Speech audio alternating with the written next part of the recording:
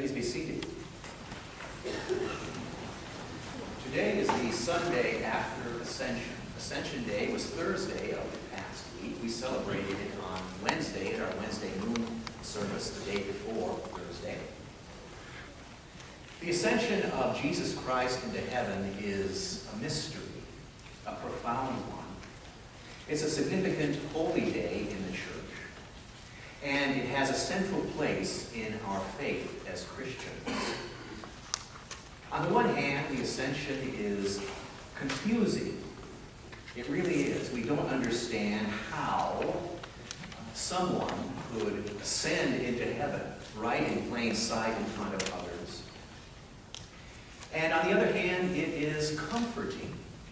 It's comforting because we know that Jesus has gone to a place that he explained before to be with his Father in heaven. So Ascension Day is full of ambivalence for us. And I think that that is appropriate. In a way, Ascension Day has a lot to do with life. The life that we live every day. Because it has to do with the topic of saying goodbye to someone. Saying goodbye to someone. The Episcopal priest and author Rene Bozarth-Campbell once wrote a book entitled Life is Hello, Life is Goodbye. Life is hello, life is goodbye. It's a book intended to help people through a grieving process when they've experienced loss. But I think there's a lot in the book that is truthful with regard to life in general. In our lives, we are constantly saying hello to people and goodbye to people as they enter into our world, stay for a while, some longer than others. But eventually there's always a goodbye at the end. Hello and goodbye. That's a big part of what life is. And we have that on Ascension Day. The disciples at this time, I think, are feeling a number of different emotions. Probably the most deeply felt being anxiety. Anxiety. Anxiety is usually what a human being feels when they say goodbye to someone, especially someone that they care deeply about. In the Gospel of Luke, the disciples are depicted as being joyful at the event of the Ascension. In other Gospel passages, however, they are not so happy. They're a little panicky. There are some instances in which they're actually physically trying to hang on to Jesus because they don't want to let go of him. And Jesus says, "Don't hold on to me because I have not yet ascended to the Father." They're experiencing, I think, what we all do when we are faced with a moment in which we must let someone go. We see these emotions played out vividly in places like airports. If you've gone to an airport and seen people say hello and goodbye to each other as they arrive or depart, it's pretty profound. I enjoy watching that happen from time to time when I'm at an airport. It really depends on the closeness of the relationship that somebody has with the person who is either arriving or departing. In some instances, there are more distant relationships, perhaps business-oriented ones, in which hello is merely a handshake and a welcome, and goodbye is maybe dropping the person off and not even getting out of the car and saying, "See you later," or "Nice to have had you here." Those are the more formal, distant, business-like relationships. When there is closeness, however, and love that's experienced between people, it's very, very different. When it's time to say goodbye, you typically see lots of this.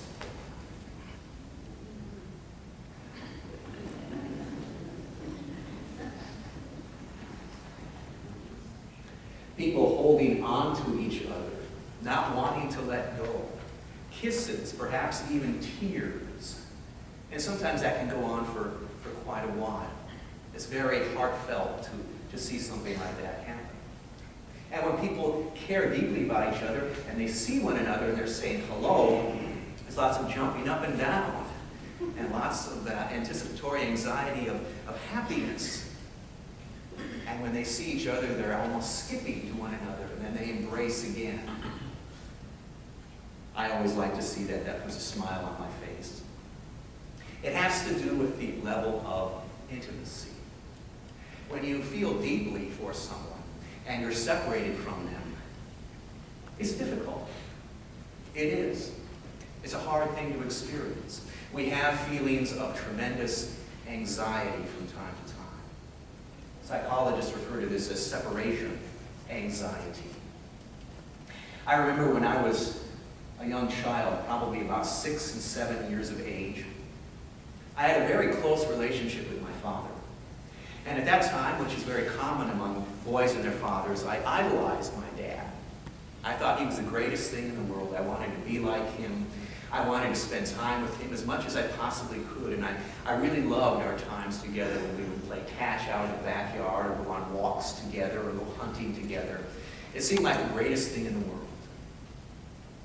When my dad would go to work in the morning, we'd be sitting there at the breakfast table together, and he'd be eating his oatmeal and wheat toast, and I'd be eating my Count Chocula or Frankenberry.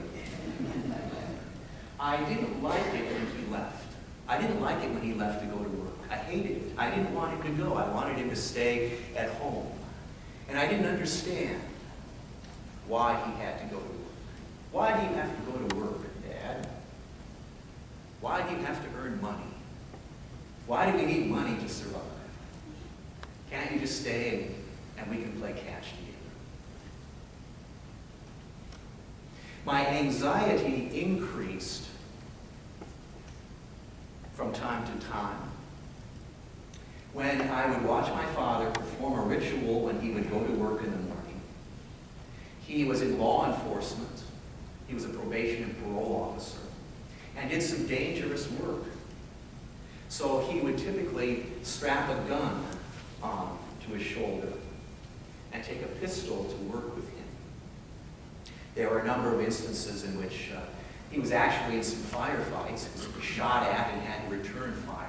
He was never wounded, but the possibility was always there. And I would watch him strap on the gun when he would go to work in the morning, and my heart just raced, and a feeling of panic came over me. What if, I thought, what if my father would go to work one morning and not come back? When he was late coming home, I would feel very anxious and have these feelings of panic come over me.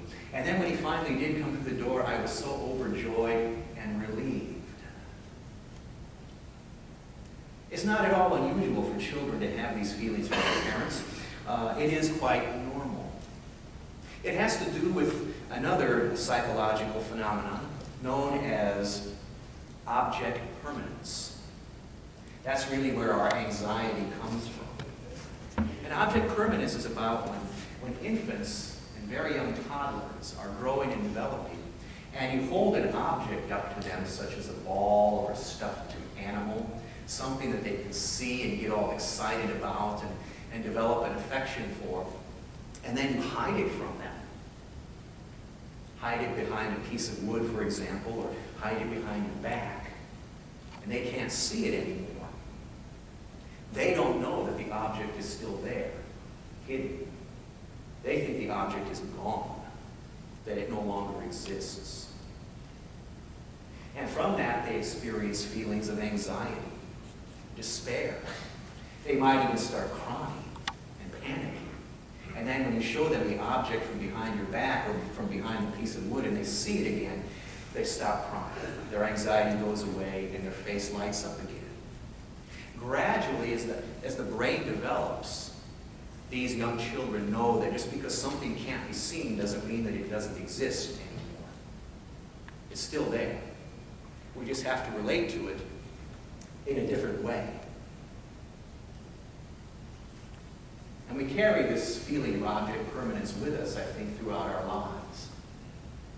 Some of us experience that anxiety and that panic and that grief when we can't see things. For some of us, it's donuts. can't see donuts, we get all anxious. Or chocolate. If chocolate is not in sight, how do you feel? Or, this is a real difficult one for church people, coffee. What if you were to wake up in the morning and there was no coffee in sight? Panic. Well, we have these feelings of anxiety, we do, and we experience them in our relationships with one another. And Jesus knew his disciples would have these experiences and these feelings, and that's why before his crucifixion, he tried to prepare them for that moment. Our gospel passage today is all about that. Jesus talking to his disciples, trying to get them ready for the time when he won't be with them anymore, so that they won't experience the feelings of anxiety, fear, and panic, but they will trust in God and have a feeling of peace, confidence, and security. God is always there, Jesus is saying. And because I'm going to God, I will always be there. When Jesus ascended into heaven, he liberated himself, freed himself up from the limitations of a human body, and became spirit. Spirit that is able to be with anyone at any place for all time. It was a new beginning, and gives us the opportunity to have a relationship with Jesus in our day and age, right here, right now, in a different way than the early disciples did, but one that is very real and very authentic. The French philosopher and poet Paul Valéry was once quoted as saying, Poems are never finished. They are only abandoned. Poems are never finished. They are only abandoned. For those who write poetry, we might have an understanding of what that means. And this Sunday after Ascension, we can become aware of the fact that we are all poems. We are. We are poems made of flesh and blood. Each one of us. Our life is like poetry. And it's the work of the ultimate poet, who is God. And just as poems are never finished, we are never finished. But the difference here is that the Ascension tells us that not only are the poems of our lives not finished, they're not abandoned. Because God does not abandon the poems that God writes. We are those poems, you and me. And the Ascension gives us the joy and the conviction that through Jesus, each one of us, our poems go on.